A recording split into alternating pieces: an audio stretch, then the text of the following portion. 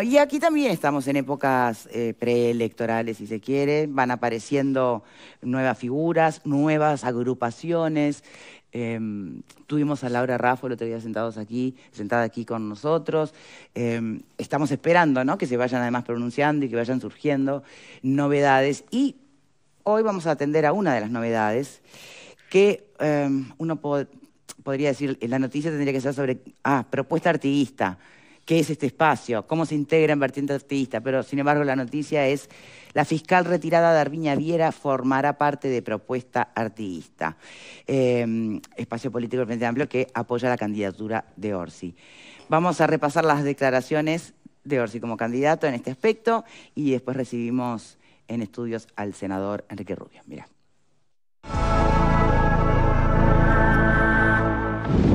Esto es un orgullo, es un honor que gente frente amplista con tanta trayectoria y con tantas ganas decidan acompañarnos. Yo creo que no puedo decir otra cosa que agradecer y sentirme como en casa. En particular está la incorporación de alguien que ha sido una figura relevante en los últimos tiempos por su rol dentro de la Fiscalía. Estamos hablando de Darviña Viera. ¿Ha tenido la oportunidad de conversar con ella? En este caso en concreto, ¿cómo ha recibido esto? No, son aportes más en esos temas, ¿no? Por favor.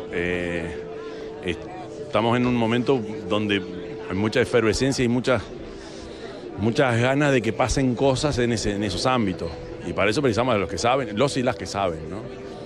Yo siempre digo que se habla de que tenemos problemas de seguridad. Yo creo que tenemos problemas de seguridad y justicia a la vez. Y que no es por malas voluntades, sino porque algunos caminos quizás no han sido del todo bien elegidos. Vamos a tener que corregir alguna cosa como país, no estoy hablando solo como partido, y que tengamos la cabeza de quienes están ahí al frente hoy. Porque hay que escuchar las historias de cómo se trabaja en Fiscalía, cómo trabajan los defensores de oficio, cómo trabajan los jueces y juezas.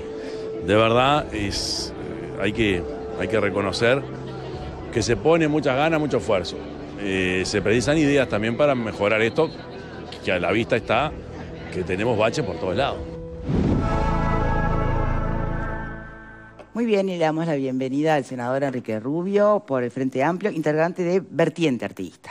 Muchas gracias por estar aquí. No, gracias a ustedes. Bueno, ¿cuál es su opinión sobre la nueva incorporación? Sobre, propiamente dicho, Propuesta Artiguista y la vinculación con la ex fiscal.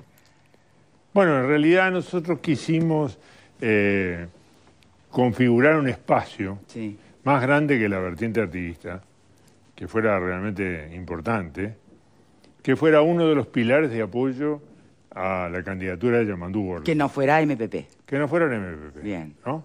Que hubiera otras opciones y sí que fueran importantes. Bien. Y entonces empezamos a conversar, en algunos casos con movimientos, pequeños movimientos, grandes, locales, yo qué sé, y con muchas personalidades independientes, o que se han convertido en independientes. Sí, porque algunos se jubilan. Líderes sindicales como Gambera, bueno, el caso de Darviña, a la que algunos de nuestros compañeros, fundamentalmente Terzaghi, el ex intendente de Río Negro, conocía mucho, y bueno, y la idea empezó a calar, ¿no?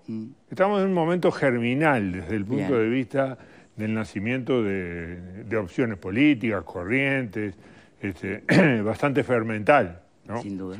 Y bueno, y esto empezó a evolucionar de manera interesante y bueno, hicimos un panel ayer en el medio del chaparrón más grande. Yo le decía a los muchachos, bueno, esto habría que correrlo, que suspenderlo. No se suspende nada, bueno, ¿no? Los jóvenes. Y bueno, y la verdad que hubo una concurrencia importante.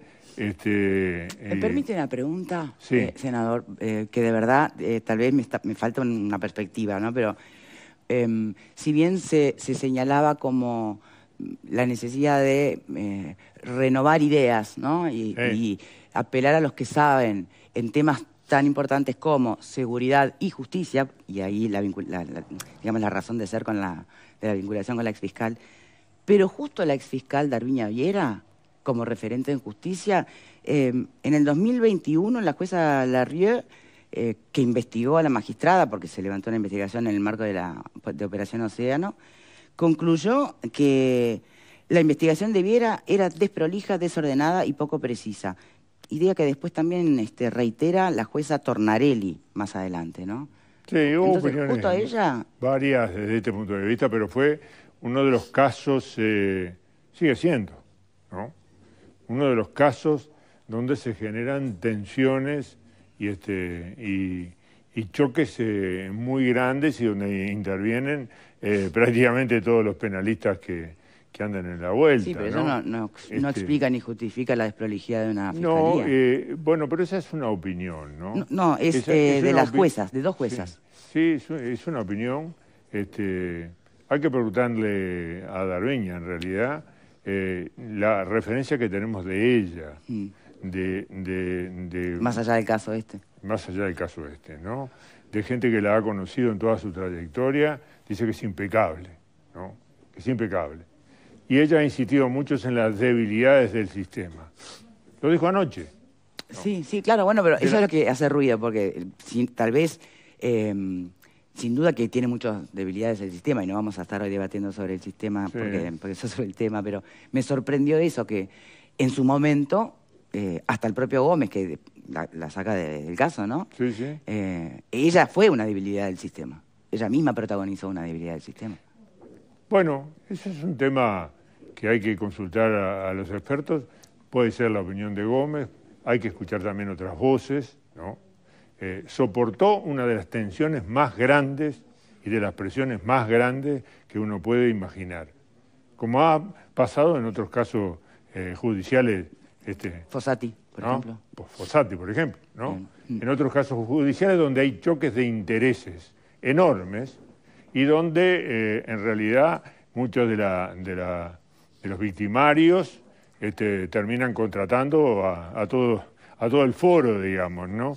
A todos los penalistas que andan en la vuelta, y entonces hay una serie de recursos y contrarrecursos y demás, y se vuelve un todo complejo, ¿no?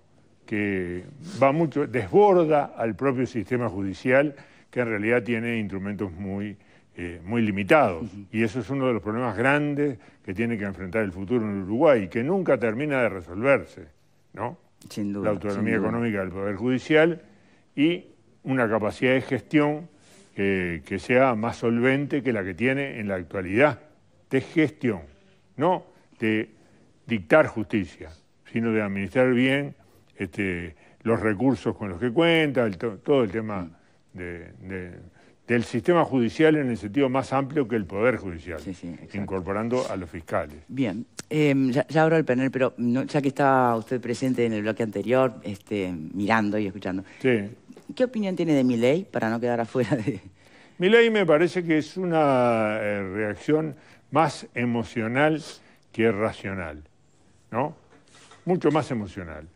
O sea, la gente estaba... Y la política que es hoy en día, senador. Harta de lo que estaba pasando, y tuvo esa reacción, como ha sucedido en otros países, en este caso de repente un poco más extremo, porque en la Argentina suelen pasar las cuestiones extremas, ¿no? Sí. Ahora, yo creo que Milei no solo expresa un pensamiento muy de derecha, ¿no? Sino que es absolutamente irrealizable, y él sabe que es irrealizable. No va a tener el respaldo, si llegara a ganar la presidencia, no va a tener respaldo parlamentario para ninguna, prácticamente, de sus grandes banderas. No va a tener. Entonces, porque además en la Argentina se renuevan parcialmente las cámaras. Entonces, es un resultado que me parece que explicable por el desastre argentino, porque realmente había un desastre social, un desastre económico, un desastre macroeconómico, una incapacidad que viene de mucho tiempo de poder manejar las variables más elementales de forma armónica, déficits fiscales astronómicos. Hace un año, García Linera, quien fuera vicepresidente de Bolivia, ¿no?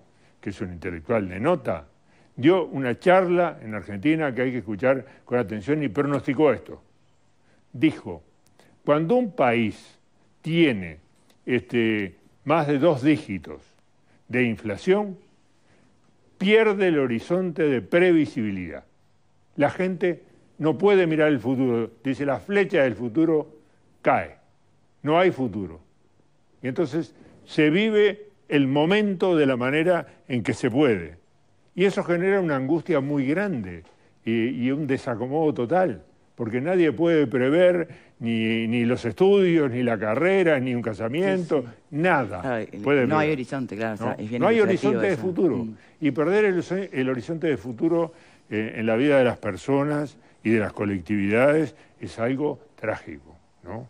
Y en la Argentina por eso Milei habla de que no haya más inflación y dolarizar. Sí, claro, pero eso así, decir que va a liquidar el Banco Central y que va a liquidar esto, no va a liquidar nada de todo eso. Pero veremos quién gana, porque en realidad es un eso de que la frase complejo. esa que dijo usted recién, de que la política se ha vuelto un escenario mucho más emocional que racional, lo aplica Argentina. Pero ¿no advierte que también nos pasa acá? Pero no tanto. Bien. El sistema de partidos en el Uruguay es mucho más sólido desde ese punto de vista. Yo no creo que en el Uruguay, en lo inmediato, ¿no? Sí. Se pueda dar una evolución de esta naturaleza. Bien. No creo. Panelistas, preguntas o reflexiones para el senador. ¿Alfredo? Propuesta artiguista es el intento de juntar algunas fuerzas. Sí. Porque en realidad la atomización dentro del frente es brutal. Hay 35 grupúsculos y sectorcitos, algunos con una persona y los familiares que lo apoyan. Es decir, es muy efectivo eso. No, pero es que en realidad es así. Y además somos conscientes. Grupúsculo con una banderola y un familiar que te apoya. Claro, pero es que en realidad una de las cuestiones que caracterizó a Enrique toda su vida era unificar, no atomizar. Sí. Ahora, ¿a quién más van a integrar, aparte de los que juntaron ahora? Porque juntaron personalidades más que nada, ¿no? ¿O el MAS también está incluido ahí? Está incluido el MAS, está incluido la lista 642, que es la que puso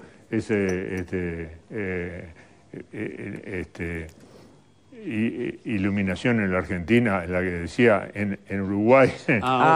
¿No? Sí. Tuvieron la inteligencia de hacer eso porque estaban, no sé... 100 uruguayos. Cientos de miles de uruguayos, y van a seguir en esa...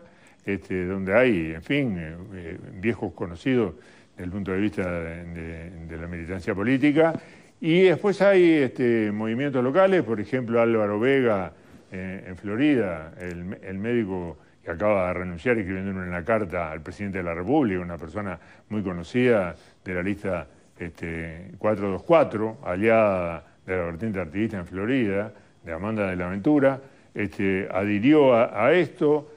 También un movimiento ambientalista que se formó a partir de Leonardo Herú, que es el director de planificación ambiental desde hace muchísimos años, en la intendencia de Marcos, y después en la intendencia de Orsi, y que yo creo que es uno de lo mejor que hay en el país en materia de gestión ambiental. Lo ha aplicado en Canelones, ¿no? Ha generado un movimiento ambientalista y hay movimientos de otros lugares de tipo local. Ahora nosotros aspiramos a que esto siga creciendo, y no solo con personas, sino como movimiento, o sea, unifique desde este punto de vista. Bien. ¿No? Pablo. Perdón, senador. Bueno, mucho gusto, senador. Muchas gracias. Yo creo que lo llevo un poco más atrás y algo más estratégico. Yo me noto, digamos, de que es la primera vez que tenemos a un Frente Amplio que llega a una elección sin Danilo Astori, ¿no? Sí. Y para mí no es una cosa menor, digamos. No sabemos bien, después de la historia, de la incidencia, y podríamos poner a Tabaré Vázquez en un lugar parecido, ¿verdad? Sí. De la sensatez, digamos, y de la sabiduría de Danilo Astori. Entonces, la ausencia de esas figuras en este Frente Amplio que deja, digamos, sin despreciar a nadie, una mezcla de MPP más Partido Comunista como los grandes grupos, puede generar, digamos, en el electorado la sensación de que puede haber un cambio. Y sobre ustedes, cuando le digo ustedes, les digo, llamémosle, odio las etiquetas, pero el ala moderada, la socialdemocracia, pero entendemos lo que estamos hablando, ¿no? Personas que ustedes representan, se ha achicado en proporción y se ha dividido en dos estrategias. Tenemos a Vergara, que ha decidido formar su grupo, ir independiente, y los tenemos a ustedes, a la vertiente, que ha decidido ir y luchar o trabajar, trabajar desde adentro del MPP para influir. Tienen una función desde ya que más que importante. Entonces, tal vez la pregunta es, ¿no hay una especie de desperdicio en esa división sobre la fuerza que necesitamos todos que tenga el ala que usted representa? No, porque en realidad el Frente se ha transformado mucho y hay que ser, digamos, tener mucha proximidad a lo que está sucediendo para entenderlo, ¿no? A veces viene algún periodista del extranjero y nos pide que le hagamos un curso para entender al Frente Amplio por su ingeniería compleja. Pero hay una transformación no visible en muchas de sus corrientes políticas. Se expresa en el programa. Yo digo, ¿qué ha sucedido con un programa en el que trabajaron más de 1000 personas, ¿no?, que se publicó? Y ha habido mucho ruido sobre el programa del Frente Amplio. No, ninguno. ¿Por qué? Porque tiene una sensatez básica que se deriva del aprendizaje de gobierno, ¿no? Porque 15 años en el gobierno enseñan de que no se puede decir cualquier cosa sobre algunos temas.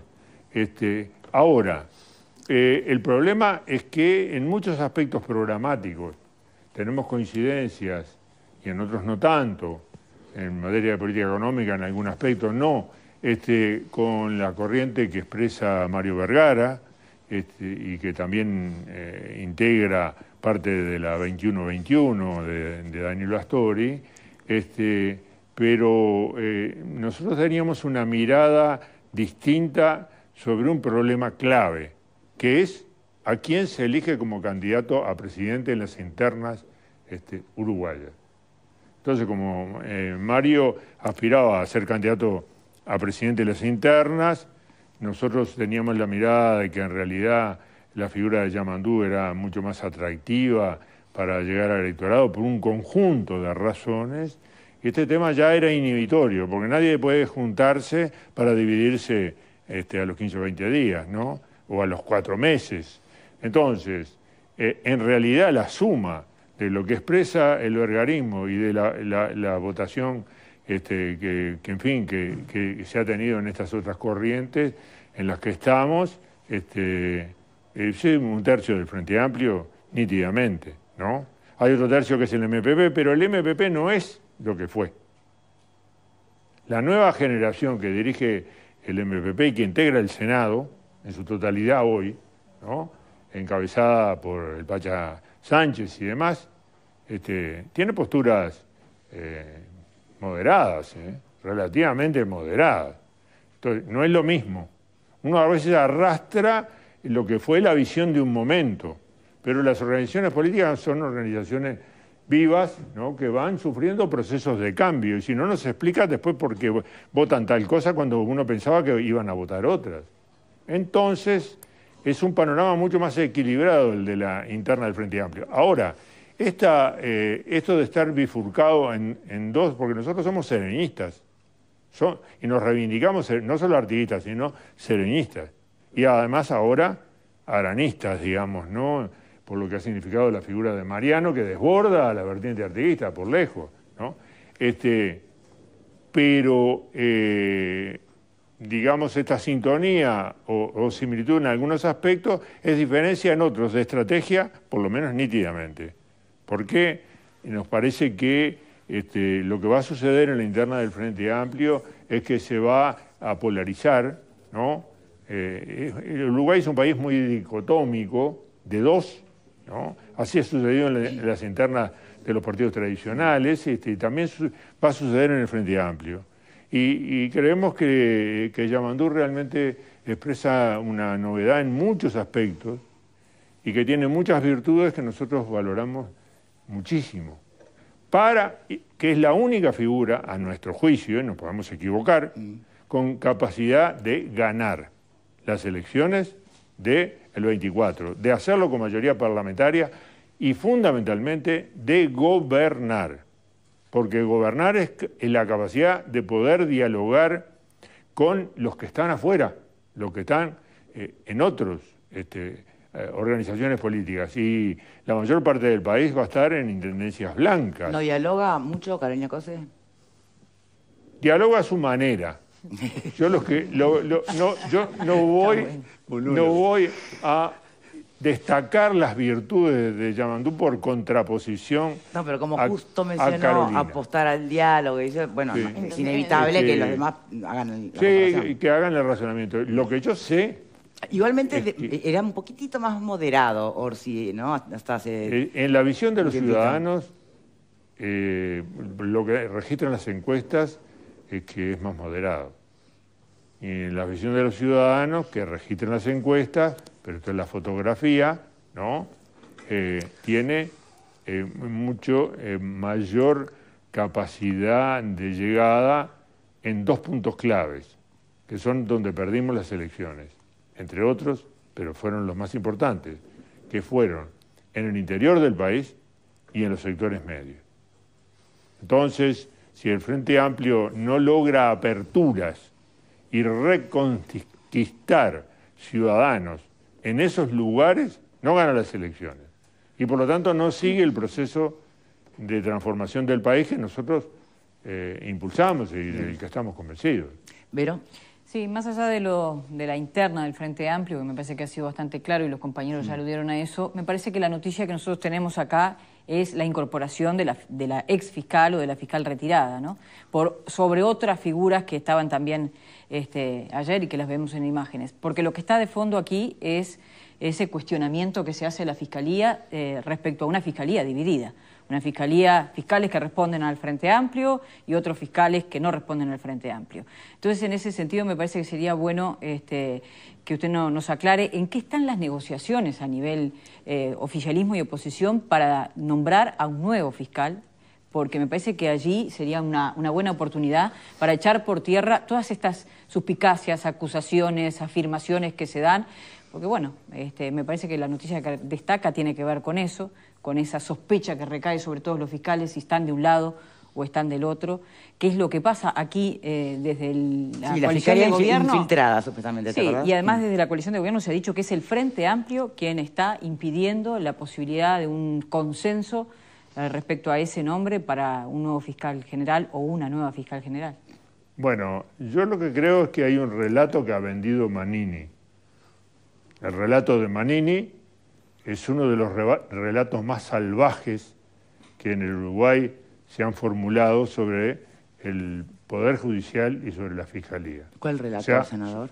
El relato que dice que está politizado, que prácticamente se fabrican juicios, que se fabrican pruebas, que ha dicho lo imposible en la historia democrática del Uruguay. Un ataque salvaje al Poder Judicial, ¿no? Y a la Fiscalía. ¿Por qué? Porque hay militares que siguen siendo procesados en el antiguo régimen, o formalizados y luego condenados por violaciones a los derechos humanos, porque esa historia no ha concluido, desgraciadamente, en Uruguay, a pesar de que ha pasado medio siglo, ¿no? Entonces, el ataque es permanente y sistemático. Los medios de comunicación no registran porque no llega a ser... cuando algo se repite mucho no es noticia, ¿no? No registran todas las intervenciones que Manini hace atacando al Poder Judicial y al sistema judicial en sus intervenciones en el Senado, pero son innumerables, ¿no? Entonces, ha habido una prédica tratando de deslegitimar a la Fiscalía, ¿no? Y de deslegitimar a los jueces. ¿Por qué? Porque condenan a militares por violaciones atroces a los derechos humanos. Entonces, en realidad la opinión en otros sectores de la coalición del gobierno no es así. Bueno, ¿no? pero Ahora, hemos leído a Graciela Bianchi hablando de un poder judicial infiltrado, mencionando una lista de fiscales que son afines a Díaz y los que no lo son. Hemos escuchado también internas de las propias fiscalías donde los fiscales se acusan unos a otros. Ha habido problemas como en todas partes. Y Gómez que se quiere ir, ¿no? Que ha dicho, por favor... Nombren de una vez a mi sustituto. Es un hombre muy moderado y muy valorado, incluso por sectores de la más diversa extracción, ¿no? Yo creo que ni Manini ni Graciela Bianchi expresan al sistema político uruguayo. ¿Y qué impide el acuerdo? No, en absoluto. Porque una persona que es capaz de crear un incidente internacional en el momento en que llega a la vicepresidencia de la República casi que por casualidad, ¿no? No expresa, y así se encargó de demostrarlo Beatriz Argimoni, el propio presidente de la República, que le dijo que se callara la boca, en realidad, porque después se moderó. Entonces, lo que impide es que el arte de encontrar una persona que de alguna manera sea garante de todos no es tan sencillo en el Uruguay. Yo negocié durante mucho tiempo, en aquel momento, junto con Lucía Topolanqui y del otro lado con Luis Alberto Heber, negociamos durante mucho tiempo y encontramos una salida para la Corte Electoral. Pero encontrar un presidente, ¿no? que fue mi propuesta, la de José Arocena, que no era del Frente Amplio, ¿no? Como presidente de la Corte Electoral, fue realmente un esfuerzo muy grande, pero lo encontramos, ¿no? Y lo mismo nos sucedió con el Tribunal de Cuentas. Hay que tiene que haber un camino de intercambio que permita encontrar a aquel ciudadano que es tan apegado a su historia, a su trayectoria, a su profesión y a su cosa y a su prestigio, que esté por encima de los partidos. Bien. ¿No? Y esto es difícil. Y bueno, con la Fiscalía pasa un poco o un lo colegiado, mismo. un triunvirato, como también se... yo no creo que el triunvirato sea la solución. Creo que hay que seguir en el esfuerzo y que, bueno, se está en eso y llegaremos. Bien. ¿No? Fernanda. Volviendo un poco atrás, senador, esto que usted mencionaba del programa único del Frente Amplio y en el escenario que usted entendía que se encontraba en el MPP y ustedes acompañando el movimiento que encabeza Yamandu Orsi que lo trasciende, ¿desde dónde entiende que este nuevo espacio, bueno, esta agrupación, nuevo espacio, viene a colaborar o desde dónde tiene el margen de acción para matizar con las cosas que por ahí los identifiquen a ustedes? Yo creo que... Teniendo un programa único. El programa es un nivel. Ahora, hay que aterrizar el programa en propuestas más concretas, que son las que van a aparecer después que se apruebe el programa a fin de año y en que aparezcan los candidatos ya nombrados por el Frente Amplio en el Congreso, ¿no? Ahí es realmente que empieza formalmente la campaña. Aunque sí, la vertiente tiene ejes ya planteados. Claro, ¿cuál sería? Yo creo, en nuestra opinión, tiene que haber una apuesta económica de un cierto cambio en relación a nuestro pasado. Nosotros sabemos que acertamos en muchas cosas y erramos en otras cosas. Y hay un 20% de los ciudadanos que no quieren a la coalición multicolor, pero tampoco quieren al frente que fue. 20%. ¿Esperarán al Milei? ¿Esperarán al Milei? Están como esperando otra cosa. Yo no creo que en el Uruguay se esté dando esa corriente subterránea, ¿no? O no visible, que estaba no visible para algunos, para otros lo pronosticaron, de que iba a suceder. Bueno, ¿pero y cuál sería ese cambio con respecto a la gestión El anterior? cambio es que tenemos que ir en materia económica a la diversificación productiva. Las cadenas agroindustriales hay que seguirlas cultivando, pero hay que desarrollar un par de apuestas fuertes que nos permitan la penetración en el mundo sobre la base de un desarrollo científico-tecnológico potente. Bien. Y por este camino no se quiere ir, y por este camino tenemos que ir. El software lo ha demostrado, $1.000 millones de exportaciones en materia de TICs, ¿no? De software. Sí. Lo mismo hay que hacer en el área biológica. En el área biológica los bioproductos son el futuro. Y esto es lo que para lo cual vino una planta acá, la última de UPM, a instalarse, no para llevar celulosa, para hacer otras cosas, entre otras cosas, medicamentos. Uno de los proyectos más interesantes que hay en el Uruguay es el de la universidad de fabricar vacunas, por ejemplo. Sí. Tenemos amplias posibilidades desde el punto de vista, digamos, del desarrollo científico-tecnológico aplicado a la producción, en nuevas líneas. Esta es una inflexión que hay que dar. Bien. La otra inflexión que hay que dar, y yo creo que, aparte de que esto supone invertir plata en materia científica, darle, por ejemplo, al Instituto Pasteur, ¿no? Sin nada ha hecho lo que ha hecho. ¿De dónde sacaría fondos? ¿Cómo sería la reasignación? Yo creo que Si tendría que hoy haber... pudiera resolver la rendición de cuentas, ¿de dónde saca hoy con la realidad de hoy para darle a la ciencia? Hay mucho desperdicio, en nuestro Estado, ¿no? Y hay sectores que tendrían que contribuir un poco más. ¿Hay que achicar el Estado, Rubén? ¿Eh? Hay que achicar Yo no el creo que Estado. haya que achicar el Estado, sino hacerlo mucho más eficiente, ¿no? La gente espera, y fundamentalmente cuando Pero ¿y tiene dónde crisis... visualiza el desperdicio?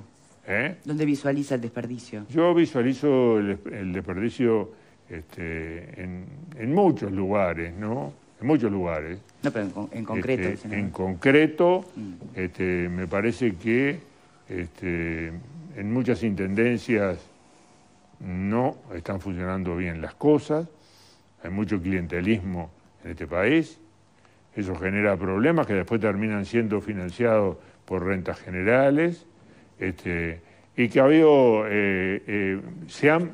la ley de promoción de inversiones está bien y fue un gran acierto, pero hay que revisarla, porque acá se ha renunciado a recaudación fiscal en proporciones muy grandes por hacer galpones o por hacer otras cosas que no son centrales.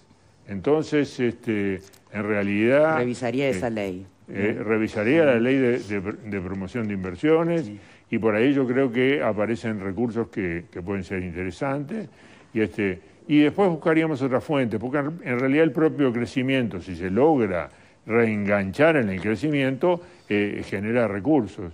Y entonces, incluso me endeudaría en algunos aspectos si es para proyectos que tienen retorno, ¿no? Importante, porque el problema es el retorno. Y de ahí le daría a los científicos tecnológicos. Eso me va a generar nuevas líneas de producción y nuevas exportaciones y penetración en el mundo. En tanto sean negocios efectivamente rentables y que no pasara algo como la regasificadora, por ejemplo. Sí, la regasificadora fue un error porque cambiaron las condiciones. Sí. En realidad fue acertada en el plan original con Argentina. El plan original, claro. Pero hubo que retirarse antes porque cambiaron las condiciones en Argentina y en el Uruguay. En la medida en que hubo un desarrollo espectacular de la energía eólica que le sacó gran parte del mercado que estaba pensado para eso. Pero a la larga vamos a tener que incorporar el gas a nuestra matriz. Aunque no es lo mejor desde el punto de vista ambiental, ¿no? Es el que contamina menos, pero sigue siendo lo peor en cuanto a proceder de la base fósil, digamos, que es la que nos crea este problema planetario, que es el problema número uno que tenemos. Y segundo, me parece que hay que hacer planes integrados, ¿no? No decirle coordínense, sino generar un proyecto con dinero que dice, si ustedes se coordinan, entonces esto va a estar disponible. ¿Para qué? Para implantar en las zonas más empobrecidas y donde tenemos los mayores problemas de seguridad, centros que den todo. Todo significa desde la escuela o los liceos de tiempo completo, o la policlínica, o la policía, ¿no? O el deporte, como se está haciendo en algunos, pero parcialmente. Si no hacemos eso, entonces la narcopolítica va a aparecer va a aparecer desgraciadamente en este pequeño país, ¿no? Bien. Y ese es el problema más grande que hay en el futuro si no lo enfrentamos. Cortita, Alfred. Cortita, plebiscito por seguridad social, ¿sí o no? No. Nítidamente creo que es un error de estrategia, ¿no? Que no se puede poner en la Constitución determinadas cosas porque la vuelven extremadamente rígida y después la realidad cambia, hay que hacer una reforma constitucional, que lo mejor es unas elecciones donde esté bueno proyecto contra proyecto y que la gente opte y no se entrevere con otras cuestiones. Me parece un error de estrategia o de táctica, como se quiera, que es un camino que la verdad es muy complicado. Bien. Ahora, el Frente tendrá que deliberar, ¿no? Y adoptar una decisión sobre esto. Muy bien. Senador, muchísimas gracias por habernos acompañado. ¿Quiere agregar algo más? Pues si no, directamente lo despedimos. No, quiero agregar que está muy bien que a uno lo inviten en los medios de comunicación porque tenemos la oportunidad de decir cosas que a veces resulta muy difícil en ese flash que es... Los 5 minutos, los 5 segundos de los informativos. 5 segundos. Yo aprendí que hay que decir 1, 2, 3. ¿No? Primero, segundo, tercero, de tal manera que Bien. para cortarlo sea difícil, ¿no? Claro, para que no te eviten. Igual no nos sobra el tiempo en estos espacios tampoco, pero algo suma. Bueno, muchas gracias, senador. No, por haber gracias a venido. ustedes. Hacemos una pausa y ya venimos. No.